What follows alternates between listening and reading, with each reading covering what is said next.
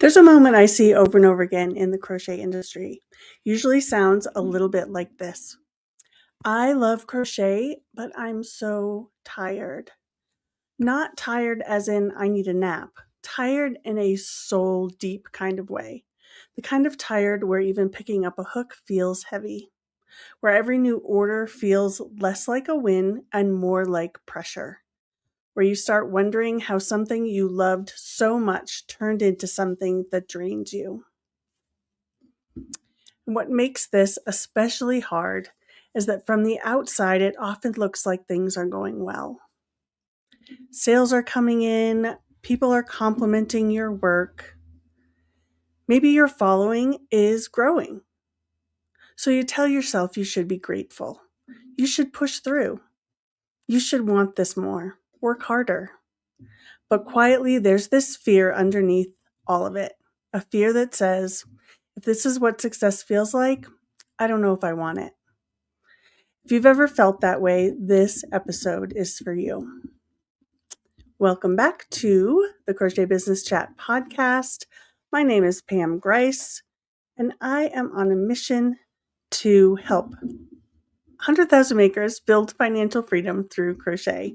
Today we're talking about why crochet businesses burn out, not in a dramatic crash and burn kind of way, but in a slow, quiet erosion kind of way. And more importantly, we'll talk about how to build a fibercraft business that actually lasts. Not just profitable, not just recognizable, but sustainable. One that supports your life instead of consuming it. Let's talk about, I forgot to set this up properly. Hang on. Let's talk about the real problem. Burnout in crochet businesses rarely comes from working too hard once.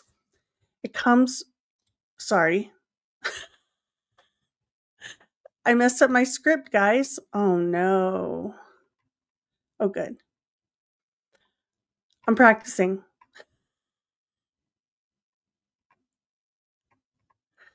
I'm getting back to it.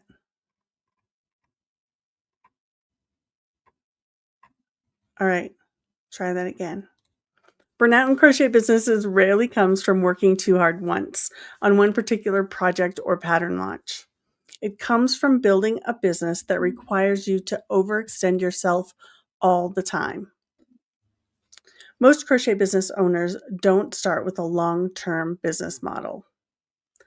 They start with skill, passion, and a willingness, and sometimes a desperation to say yes.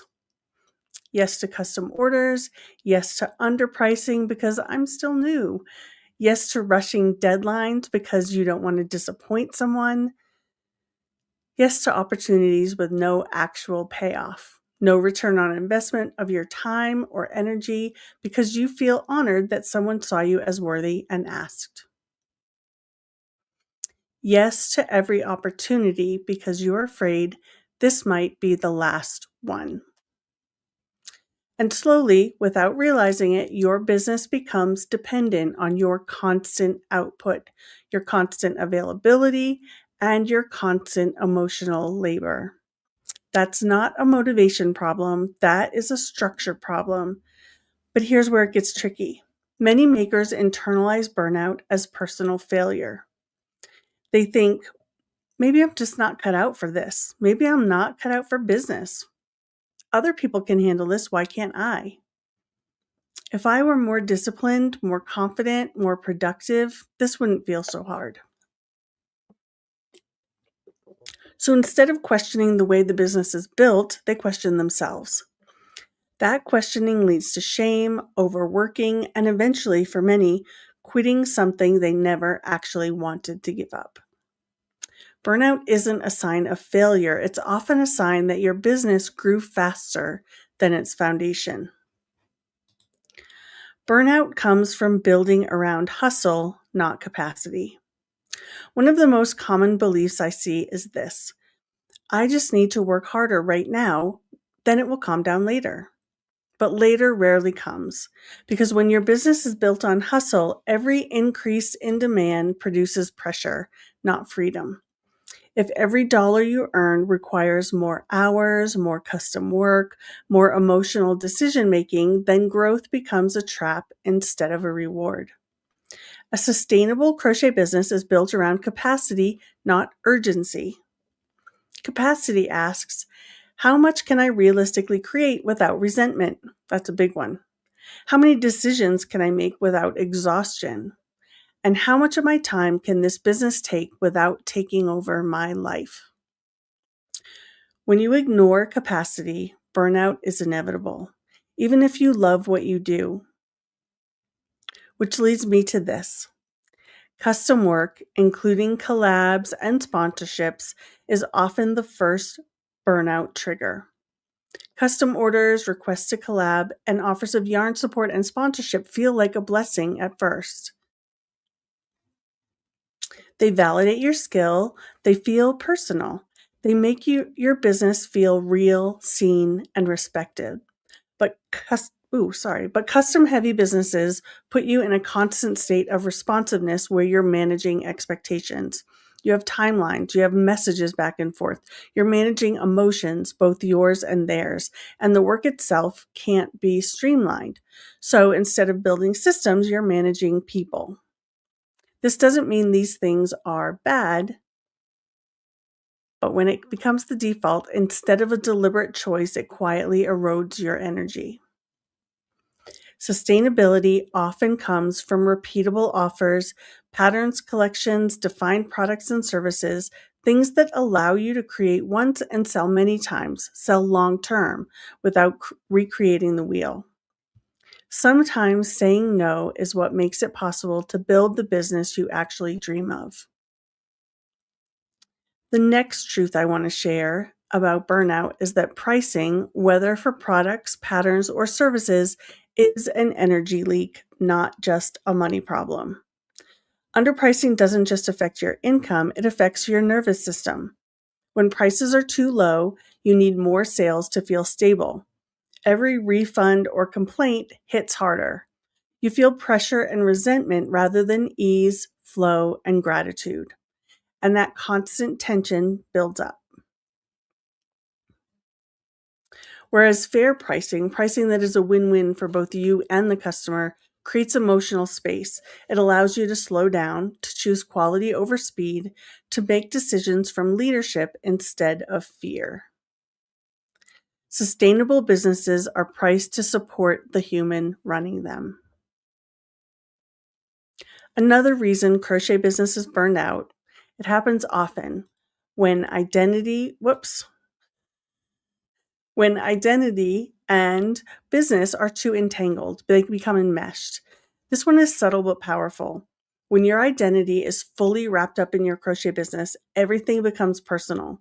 Sales dips feel like rejection, feedback feels like judgment, rest feels like laziness, but longevity requires separation, recognizing that you are not your output. You are not your sales numbers. You are not your follower count.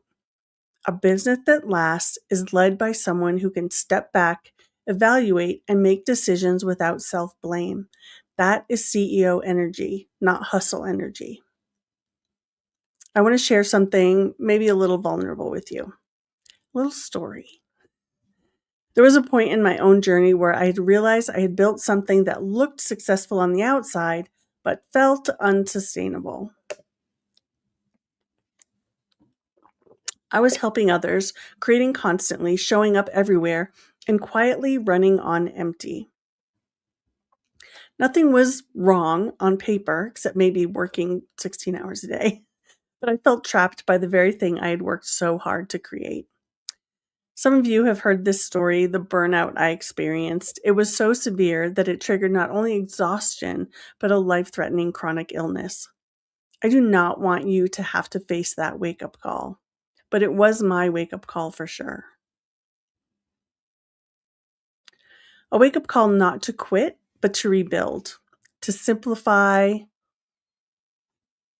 to create boundaries, to stop doing what was expected and start leading in a way that was aligned with my goals, my capacity, and my strengths.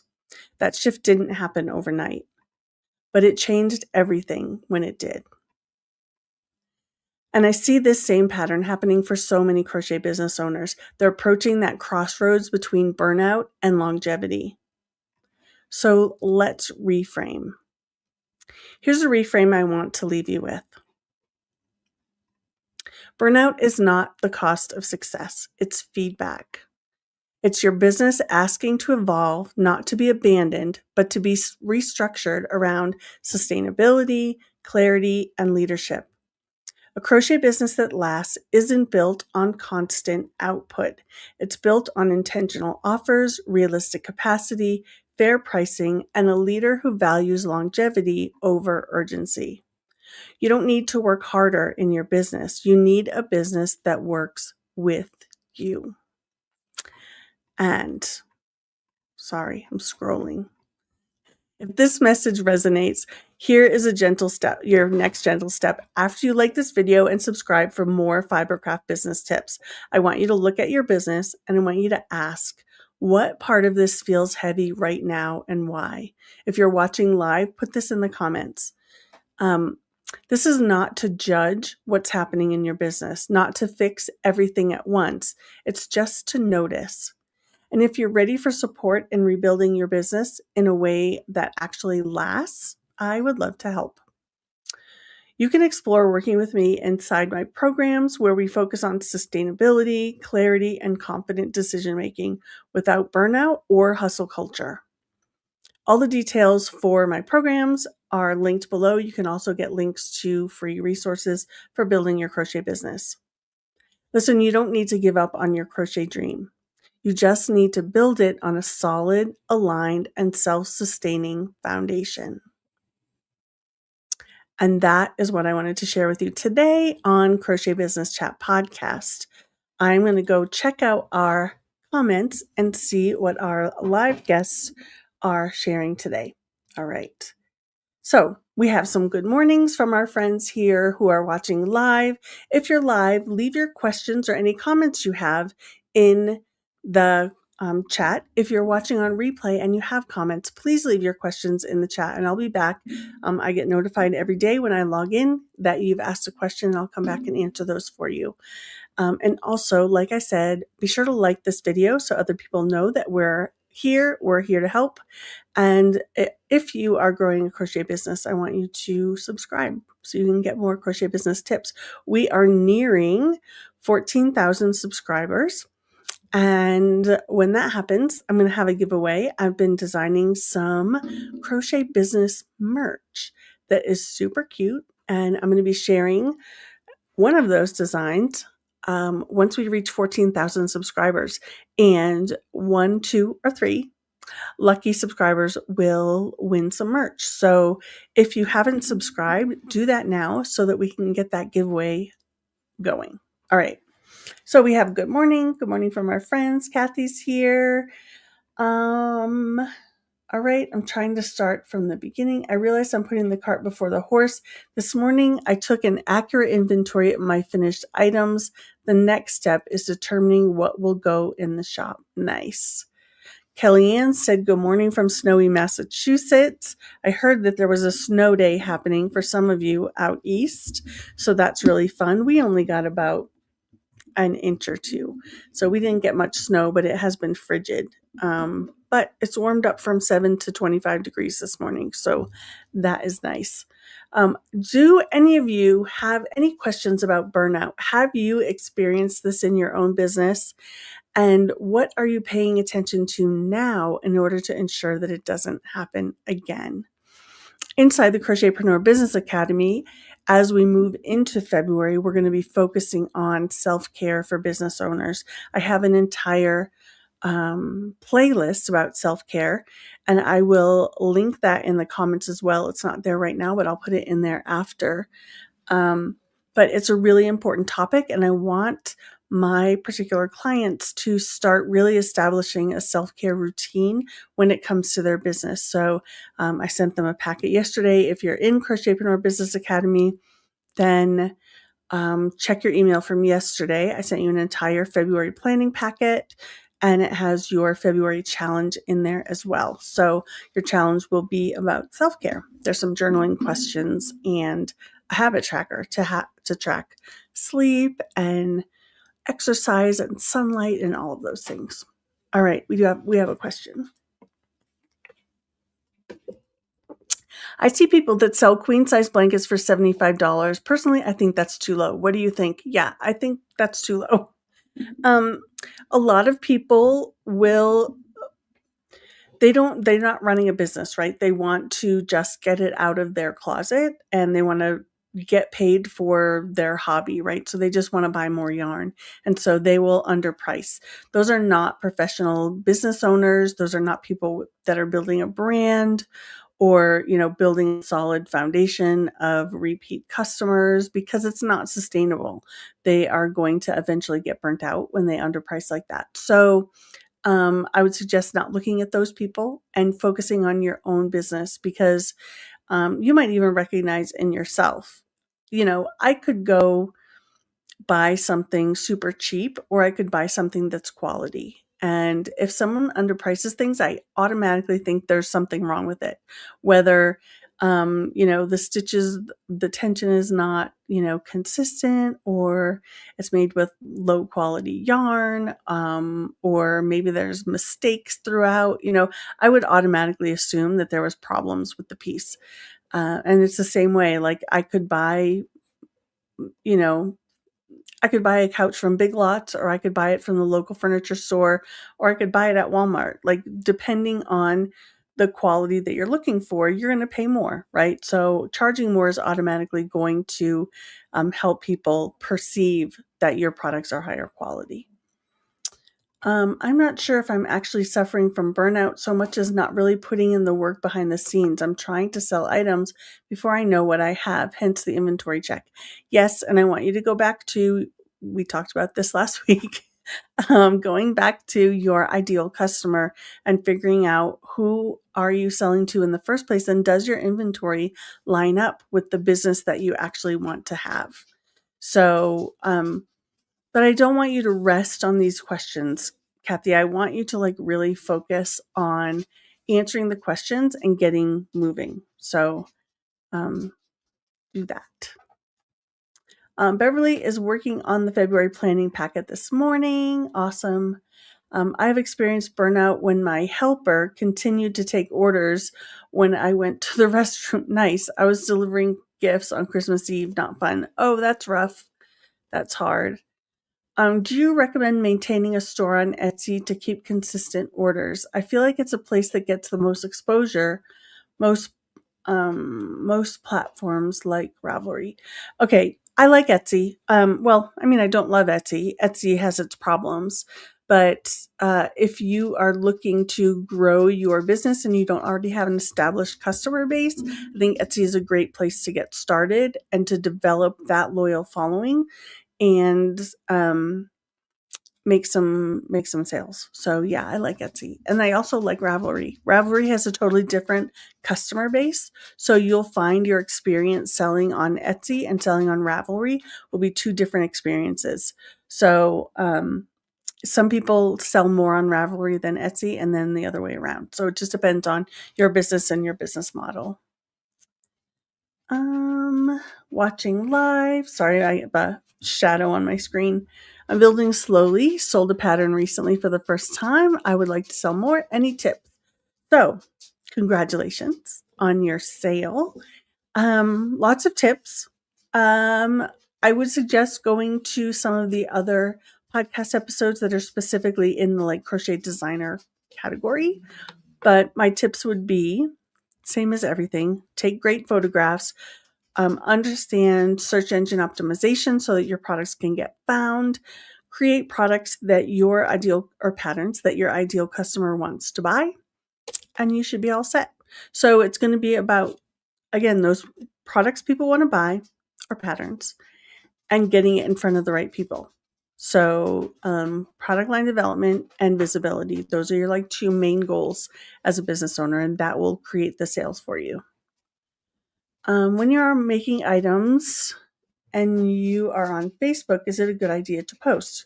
Sure. It's a good idea to post. It's a good idea to post on social media. That's how people are going to get to know you and to find you. So sure. I'm sorry, my dog is getting into everything. Do you recommend to build a crochet company which can be worth $10 million? We want to sell crochet to business customers. I mean, it totally depends on what you're doing. You would have to get a factory, and is like moving into fast fashion area, which is not what we're promoting here. Is we're promoting handmade small business. Whereas if you're talking about underpricing or sweatshop labor and those kinds of things, we're not into that. And so I can't really help with that. So we're really focused on small business owners who are building their business to support their family and support their lifestyle. So probably a different model than what I teach is what would be best for you if you're looking at building a $10 million business.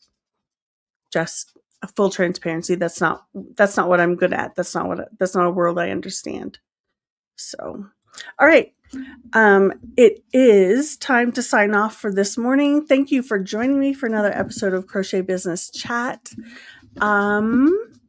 Grab your links below if you are interested in the Crochetpreneur Business Academy. I also added a link to the Catalyst Collective, which is a mastermind for established, driven crochet business or crochet designers who are looking to take their business into the six-figure realm. All right, that's it. Thanks for being here. I hope you have a wonderful day. Stay warm, stay safe, and hug your family. All right. Love you guys. I'll see you next week. Bye.